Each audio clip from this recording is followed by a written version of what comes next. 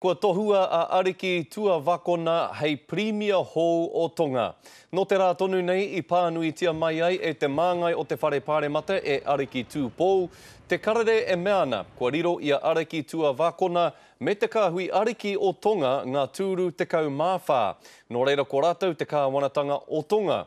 I riro I te rōpū manapori o Akalisi Pohiva, ngā pōti te kau mārua I roto I te pōti huna I Wainganui I ngā kaitoranga pū e rua te kau māono.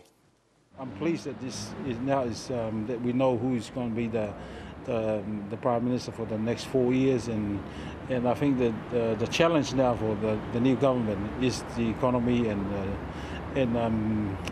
to deliver some tangible initiative for the people.